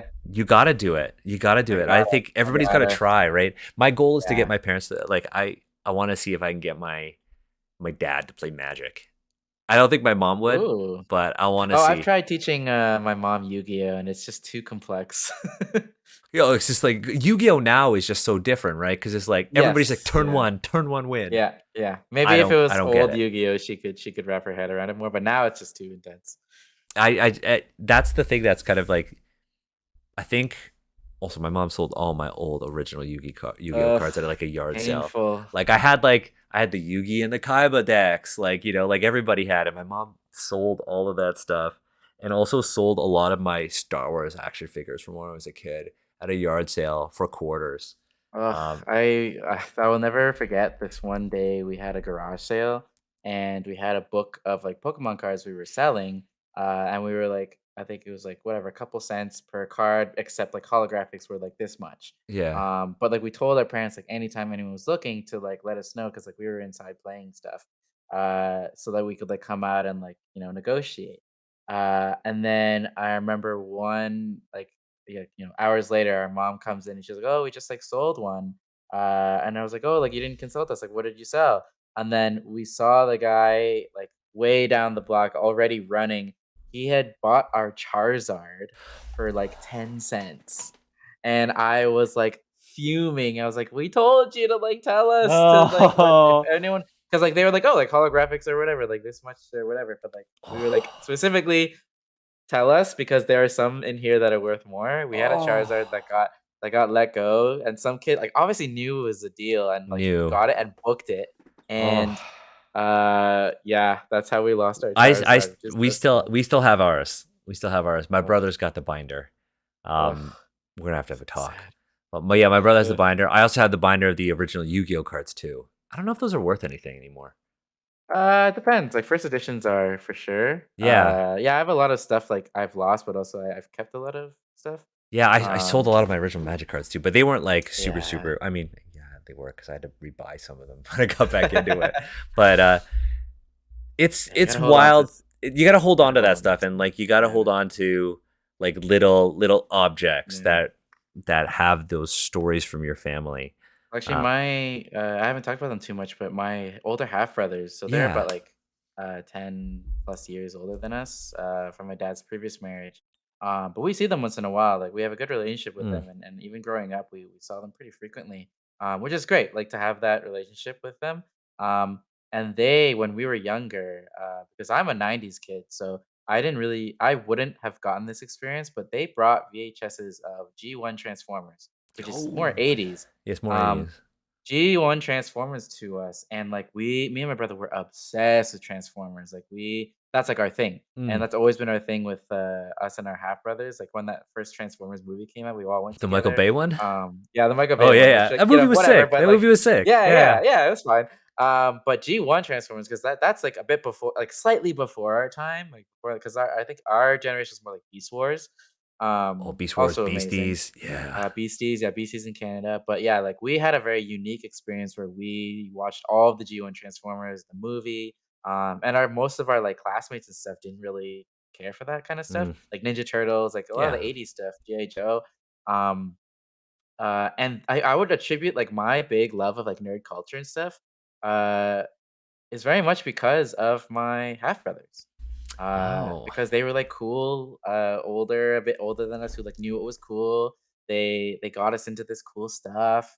My older half brother actually gave me just like a whole box of old comics Oh, that's that I cool. got into. He got me to read the Civil War arc for Yeah, it's like the Marvel. Marvel Yeah. stuff. Back when that came out, and just like that, like super got me into like reading comics. So a lot Damn. of it was from that influence, and it's just like that maybe isn't necessarily an experience that most people have with like half brothers or things like that. Yeah, because that I Very have a lucky. similar thing, but it's like aunts and uncles, right? Like Yeah. I got into video game. My parents wouldn't let me, my brother and I, play video games. Yep. Same. My aunts and uncles got us our first Game Boys. They got us an N64. Ugh, Um, and so we never had got. an N64. I've got my N64 plugged in right next to me. Actually, I Ugh, got an I had to old. go across the street to my neighbor's place to play I've Smash literally Bros. got a 12-inch Sony Ugh, Trinitron TV so nice. that I took from my grandparents' house when we were cleaning it out, and I've got it connected to an N64, literally on a rolling cart next to my desk here. I So fun Asian parent story related to N64s. I That was the one thing as a child that I always wanted. Like I was like, I needed N64. I want an N64. That's what I want for Christmas. That's what I want for my birthday. Blah blah blah. mhm. And they're always like, no, no, no, no video games. No, no, not unless you get straight A's or whatever. And I was like close. I would have like one or two B's. And I'll never forget one Christmas. I got, under the tree, just an envelope from Santa. That was my gift, an Okay. envelope. I was like, "What's this?" And I open it, and it was like a letter from Santa Claus, and it said, "Merry Christmas, Chris. You've been doing great, but But next time, hopefully, you'll have all straight A's and not like one or two B's. So no N64 this year because of that." And I was like, the "This is whoa, my Christmas gift." And I was like, "What a Asian whoa, that's the parent most gift to give Asian their kid." story. Yeah, and I was like, obviously I knew that Yo, wasn't that's worse Santa, than but getting like, coal. yeah, I was like, wow, Santa cares that much about my one or two Bs, right? Oh my god. And like, I never ended up getting an N64, but when I grew up a little older, I finally did get all straight A's, and that was when PS2 was out. Okay. So we ended up getting a PS2 finally, with many restrictions on it, but the N64 was like the one thing in my childhood where I was like, I never had it, never experienced it, except for like playing it at my friend's Oh place. my god. I would play Super Smash at our neighbor across the street, and he never taught us how to do Smash attacks, so we always won. I remember playing Super Smash Bros. At a birthday party for the first time before we got the N64, and it being like a game changer. Yeah, And like for me, like nerd things all came from my aunts and uncles. Like I that's so cool. my uncle, same uncle who like my dad's younger brother, so my dad's only brother, he gave me a copy of The Hobbit. Okay. I still have that copy of The Hobbit. I remember we went to Costco for the first time, and my uncle put something in the shopping cart, and I don't know why I remember this so vividly, but my uncle put something in the shopping cart, and he was like, "Daniel, this is for you. I heard this is good." And I look, and it's you know when they used to sell PC games in boxes, Yeah, yeah, yeah, yeah, yeah. it's StarCraft was yeah, yeah, it's Halo Combat Evolved for the PC Oh, and from yes. Costco, and I played the ever loving shit out of that Oh, game. that's And so I remember good. beating the campaign for the first time on Christmas morning. Like I remember Oh, like waking what a up and being feeling. like, I don't care about what's downstairs. I'm gonna play Yeah, Halo. And I yeah. remember driving that warthog and Yes, through the escaping the mall. Halo as everyone else in the family's waking up, and I'm like, "Duh-duh-duh-duh, duh-duh-duh-duh." Core memory.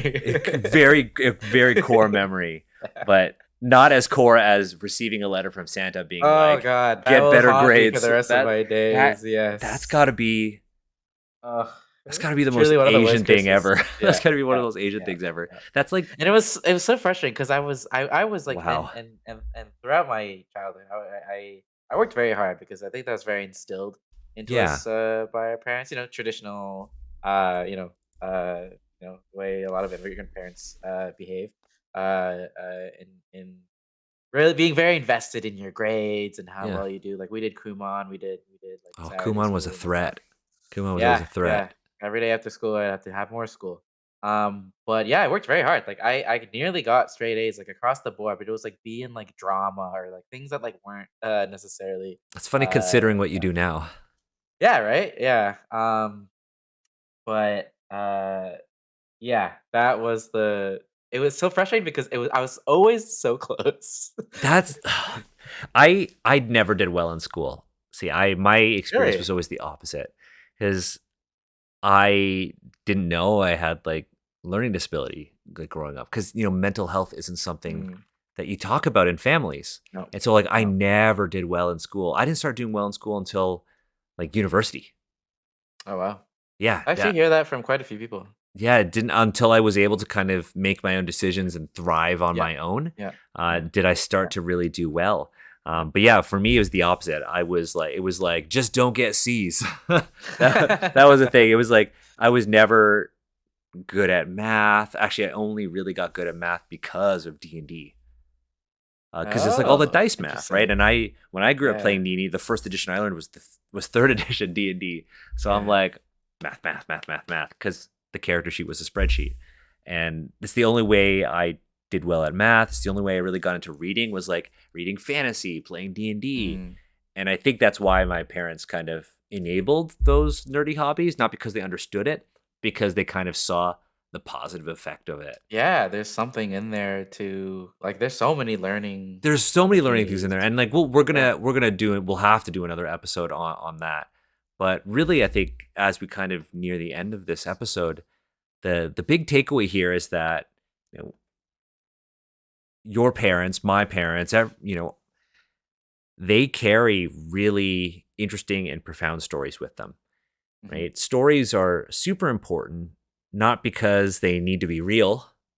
Stories are super important because they build connection Mhm. between family members. They build trust between family. They help teach and entertain, but also pass on values. Whether or not my great grandfather was murdered by a hitman because he had a secret wife in the Philippines, right? Whether or not that was true, infidelity is bad. There you go. That's the Infidelity moral is of the bad, story. Yeah, yeah, right? yeah, yeah. Or like, salt and pepper in the eyes. That shit hurts, Yeah. right? But also like, hey, starting a restaurant is a really good business for an immigrant because you can guarantee that your family's going to have food on the table even if you don't have customers, right? That's And actually yeah. I didn't even think about it like that. right, that's the main takeaway. But you know, as we have more and more opportunity to create, express ourselves, and there are far more platforms for doing that, it's really important for us to take these stories and carry them into the work that we do. And, just like pinkcity.ca, carry on the legacies of those stories our parents have. Yeah, sure, you're not, honestly, if your dad has stuck with Pink City, I mean, there's Fantuan now, right? Fantuan is What like is the that? Uber Eats. You don't know what Fantuan Oh, is? maybe I've seen You've seen the drivers. it's They the were like cars. they Yeah, were yeah, the yeah, yeah, yeah, turquoise. yeah. That's Yeah, like yeah, Asian yeah. Uber Eats. Yeah, yeah, yeah. I have Like seen those. Yeah. they ripped off Pink City. right? Right? Yeah. But like it's cool like hearing these stories and learning about how people carry them on in their work. And we've never done an episode like this before, and I feel like I personally got a lot out of hearing your stories and hearing about, your Oh man, journey it's and your been great dad's to be journey and here. your Yeah. family. I'm super grateful that you joined me for this conversation. I'm super grateful for like what you do. I'm proud of you. I'm proud that like Oh, thank there are you. people like the Tung brothers who are, being themselves and putting out good shit. And honestly, that visibility, like you said at the beginning, is really important because Yeah. yeah, you're telling a story through fashion. You're telling a story through videography, photography. You're Well, telling even a also story. the community stuff that we do. Like Exactly. we've always wanted to have a be a space for people too, right? Yeah. And Pink City is So truly a means of giving people an opportunity to see themselves being represented somewhere, whether it be at a gathering, whether it be, how important it is to see like Asian models wearing cool streetwear? oh yeah. Like Ugh, that shit's so so cool. important. And you're doing that. And I cannot thank you enough. Like when people ask me Oh, like, well, if I I'm mean, on looking the flip side, right back at you. like we do this all together, right? This Yeah, is this is like not one person can do this kind of work. And that's why yeah, it sucks when we see people kind of fuck up, right? That's what happens that's why there's so much pressure on us. Like I yeah, talked about this before. yeah, Like people of yeah. color, like whether you're creative or not, we don't get chances to fail. Oh, the bar is so much higher. The bar is so much higher, and Yeah, luckily, you're setting the bar really high. we're just doing our best, like we all are. And I mean, I want the to know what's next. I'm eagerly waiting to see what you've got coming next. Like, I'm actually very excited for what we've got coming next. Not in the Pink City front, but actually the Super Journey Dudes front, which is the podcast that yeah, yeah. I'm working on. That's probably the project that I'm most excited about because it's really combining kind of all of my interests into one. So I usually edit and produce this podcast. Hmm. I wasn't the GM last season, which was like a strictly audio D&D thing. So we're playing Lancer this season, Oh, yeah. which is really cool. For those of you who don't know, it's an indie uh, tabletop RPG where you're a mech pilot. And the vibe is very much like Cowboy Bebop meets Gundam, where it's like Have you ever mm, watched the anime Gun Sword? no, that sounds You just awesome though. described literally it's an anime where dude's got a gun sword, but there's this sword that comes from space and it turns into a fucking mech. Oh, that's so sick. Actually, the Gunblade from Final Fantasy VIII is to this day still my favorite fictional weapon of all time. That's Just something awesome. cool about gun swords. Yeah. Yeah, But yeah, I so want to know more so about this. Sorry about that. yeah, yeah. So it's like the vibe is like kind of like how would Bebop, like very poor mercenaries who are trying to get by, except they have Gundams. And so like there's like jazz music, so it very much has that like neo noir vibe to Yeah. it. But so I am GMing this season, and we're making a video podcast. Because I'm a very visual person, and I'm really taking my knowledge of like film and video, and I'm really trying to incorporate that into this production. So I'm actually putting a lot of effort into the production of this. So like I'm like in the middle of like editing the first couple episodes and like adding like special effects. Like we have like the battle maps, but like when the mechs are fighting and putting like explosions and lasers and stuff. Oh, Like that's sick. I'm doing a lot of cool stuff, and like we're getting music composed. So I'm putting a lot of like my film knowledge and film efforts into the production of this. I guess I could call it a show. So it's taking a while, so it might not be ready for till maybe early new year, but like that is like the one thing I'm very No, excited you about. just let me know when it's out. We'll share that Yeah, shit. it's like yeah, we've played about 11 sessions and I've edited about 4 episodes, and it's very, very cool. It's very slick. It's very, if you like Cowboy Bebop, if you like Gundam, it's very much down your alley. Oh, that all Um, sounds awesome. yeah, that's the one project that I'm really uh, besides the other stuff, Pink City is always working on Yeah. um clothes. We got our next party, I think is December 9th. We're gonna do a holiday party. Um, always doing cool stuff on the Pink City front. Yeah, I think Steve Um, went to your last one. he was there, Yeah, yeah, because he yeah, he asked me Halloween. if I was available to go, and I had plans. Yeah, no, he dressed up as the most hilarious. He's like an obscure video game What character did he go from as? I don't know. He could say the spiel better than me, but it was Okay, like I'll ask him. him and his partner were like from a very obscure game, and he was like the final boss or something. Oh, But like the joke is that it's this very obscure game that you don't know this game. I'll ask him. I'll ask him Yeah, after. yeah, yeah. That's Really good seeing him. yeah. I think I've seen Steve twice the entire pandemic for like Yeah, the same. That greater was part my of second like time. 10 minutes. I think I spent Oh, more time with you in person the past 3 years than I have with Steve. oh, jeez, that's something to be said. Right? But But hopefully, hey, hopefully more and more of those opportunities. exactly. And I'm you know always what? around. Like this whole production, like speaking of production, first of all, let me know when that goes live. I'm personally just Yeah, invested in for watching sure. that, but Yeah. we'll share it here too. Yeah, thank you Um, so much. if you want to like come on Agents Represent in the future, we do. You know, I'll say this now. I know Anytime. because I know you like anime. We have an entire anime show coming out. Like we're Oh, gonna do a whole monthly oh, anime series. that sounds amazing. We're doing a whole monthly anime This series. Listen, here's where I get You heard this sentimental. I've first time we here's where heard I it. get here's where I Okay. get sentimental. I've been watching you guys for a while now. I've only been in the tabletop community since like 2019, Mm, but Agents Represent has been in my radar for a very long time, especially because I personally know Steve before all that. yeah. The stuff that you guys do is just like so incredible. It's just like I've looked up to you guys as a platform for so long that to finally have the opportunity to be here, as you know, Oh, contributing a little bit to it, is a huge honor. So I shout would out to say you you're guys. not contributing a little bit. You're contributing a lot. You're contributing a lot. Look, like we all High School Musical 1. We're all in this together. Um, but no, I Happy to appreciate be back you. anytime. Yeah, That's that's my way of let's saying. yeah, no, I mean it. That was me also saying like it's very Canadian of us. Like, yeah, come on back. Yeah, We got a whole anime show. yeah, yeah. Yeah, no, seriously, we've got this we haven't talked about it in detail yet. We won't talk about it until the season finale of this show, but we have an entire anime series. It's going to be a regular anime Oh series. yeah. Oh yeah. That's going to be coming out next year.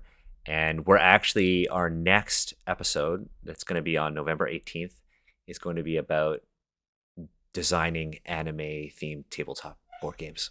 Ooh, very cool. And Very cool. Yeah, we've got a couple coming out soon, right? yeah, I got a Couple couple we've got coming out. going. Like, and actually, the guest on our next episode, Brother Ming, was one of the first guests on the Asians Represent podcast. Oh, The last time nice. we were talking about how making like knockoff anime board games and stuff. So we're gonna talk about some serious stuff in a couple I don't know if you ever weeks. saw on the Pink City channel, we did a couple charity streams. I did a Pokemon tabletop. I know. That's how I knew. That's how I found out you were getting into tabletop because you were playing the Pokemon Yeah, RPG. yeah, it was a very reskinned like 5e, very fun to do. Have you seen the hack of Have you seen the I've Pokemon seen it RPG? got taken down, It's didn't it? dance. It was dance. Yeah. Yeah. Mine is essentially everyone's like a Beastmaster Ranger, and then I just Yeah, have customized stat blocks for your pet, yeah. slash like six of them for your team. Very fun though. Very fun. But yeah, it's very easy to hack or make anime knockoff It's board very games. easy, yeah.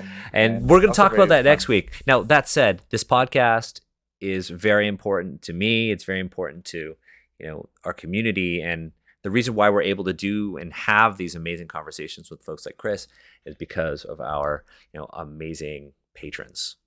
Now, our patrons make all of this possible. Our patrons are amazing because we're able to get, a new microphone arm. We're able to expand the team. I'll say this now, the Asians Represent team is more than doubling next year. We want to put out more content, and we up until now, I've been doing a lot of the work, and it's not sustainable. And I'm really lucky to be surrounded by some people who very lovingly say, Daniel, you need to take a fucking break. Um, so we're really excited for what we've got coming up, and it wouldn't be possible without the folks that we have on screen. And if you're listening to the audio, our guardians, Brooke, Jeremy, Pixel Grotto, congratulations on your engagement. Daisy, Arjun, Justin, Kavi, Matt, not my ex. Matt, someone who I see all the time at Toronto cons. Jay and Amanda, welcome back. And then, of course, our most honorable patrons, Metal Weave Games, Andreas. Andreas is someone who I've not met in person, but I talk to, on the regular, and I look forward to seeing Andreas and giving him a big hug at a con.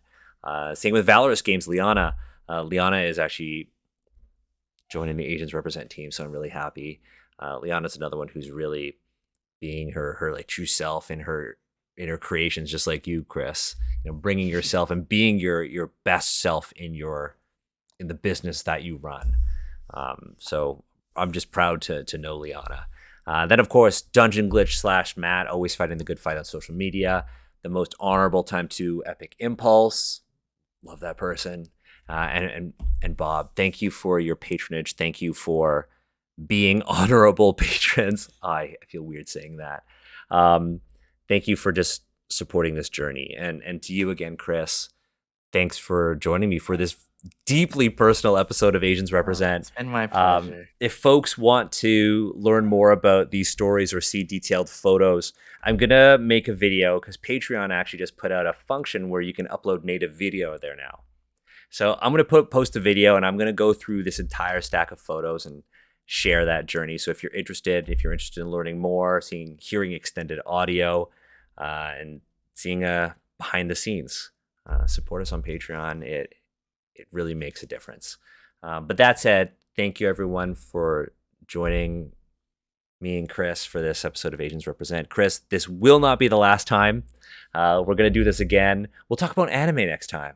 Oh yeah. Yeah. Love it. And then one day maybe we'll do we'll do something at a con. I got to go to one of these Pink City awesome.